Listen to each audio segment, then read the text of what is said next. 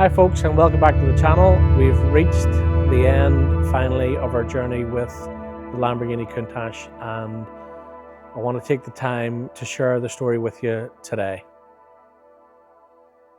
So way back in 2022, we were approached by the owner of this beautiful 1987 Lamborghini Countach 5000 QV, and he asked us to bring it back to the beauty it was back in 1987. The car he purchased in 2017 from a dealer in Texas, and it was shipped then to Northern Ireland in October of that year. And it sat in his collection, never driven, from 2017 until 2022 when he approached us to see what we could do to bring it back to its original beauty. So our first task was to assess what the car needed, both mechanically and aesthetically.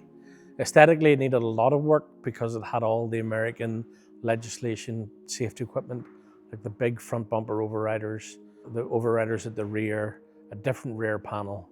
It looked, instead of it being a beautiful swan, it was a bit of an ugly duckling. So in our initial mechanical assessment, the car wasn't starting, wouldn't run. So the first checks we did was check if it had fuel pressure. It didn't have any fuel in it. We put fuel in it, all the fuel leaked out. So that was the first task. And sourcing a Lamborghini Countach fuel tank was an impossible task. We searched high and low. We went to America, we went to Lamborghini, we went everywhere and couldn't get a fuel tank for it, even a good second-hand fuel tank. So we were set the task of repairing the fuel tank that we had. Found an incredible guy locally in Northern Ireland who was able to aluminium weld the fuel tank, and he also put a rubber membrane inside the fuel tank to make it completely sealed. So that took quite a bit of time and quite a bit of money to do. We got the fuel tank sorted and back into the car, then put fuel in it. Great, it held fuel, connected all the piping up, no fuel pressure. Went to the fuel pumps, or the fuel pumps weren't getting any power.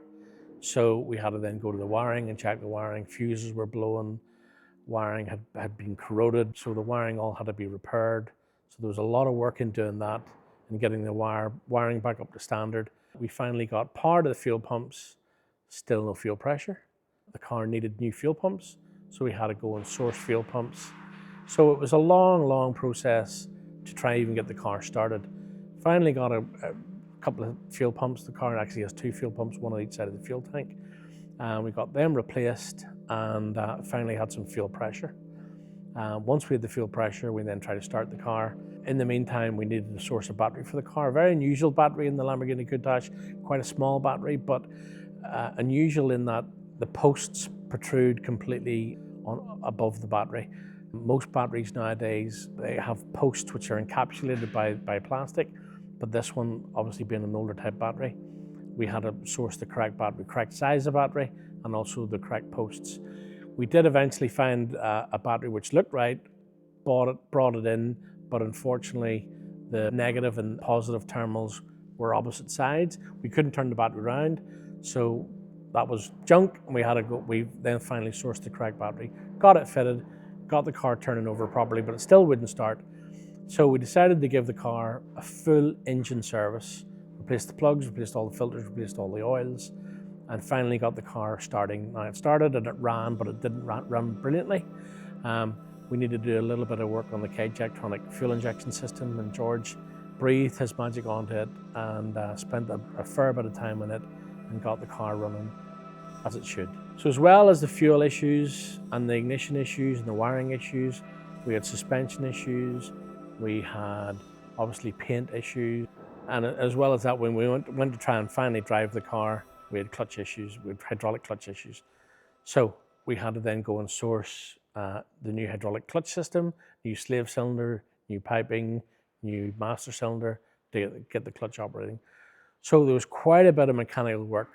Suspension work needed to be done, and then we got to the real crux of the problem, which was the aesthetics of the car. And changing the car from its American look to a European look was no easy task. And sourcing the parts to do that job was extensive. It was extensive. We went to Lamborghini, we went to specialists, We went to independents. The Lamborghini network were very helpful in sourcing a lot of the parts, but some of the parts were no longer available from Lamborghini. So engaging in specialist independent repairers right throughout the UK, right throughout the world, we were able to source most of the parts that we needed.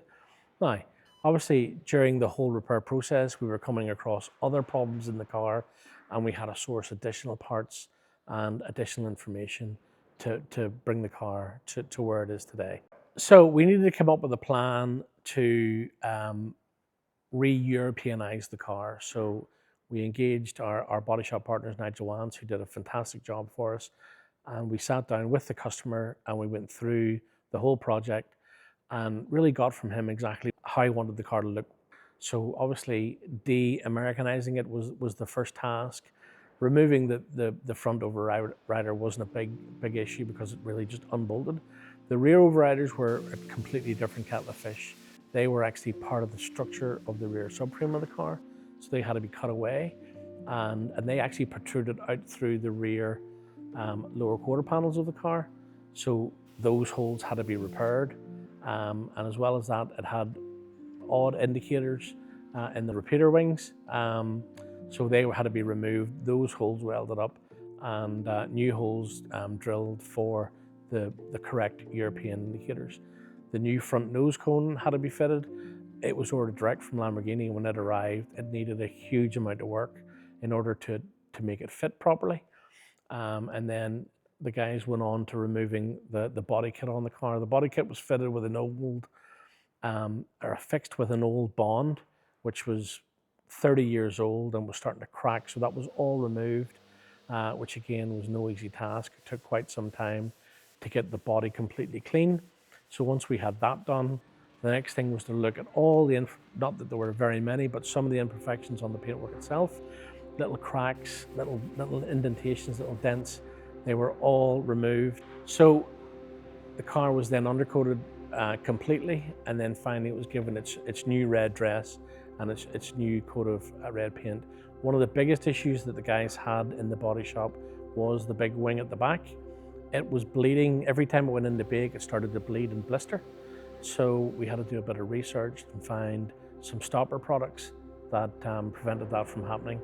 That took a fair bit of time and a fair bit of research, but we were able to come up with a product that we got from America. We were able to apply that to the wing and then paint it and bake it successfully. The car was then reassembled, which again took a lot of time. The final part of the jigsaw were the wheels. And there were lots of conversations about what color we should do the wheels. Thankfully, everybody agreed that we should stick to original and redo them in gold. They've turned out great. We are absolutely over the moon with the car. The customer is delighted with the car, and we think you'll agree it looks absolutely fantastic.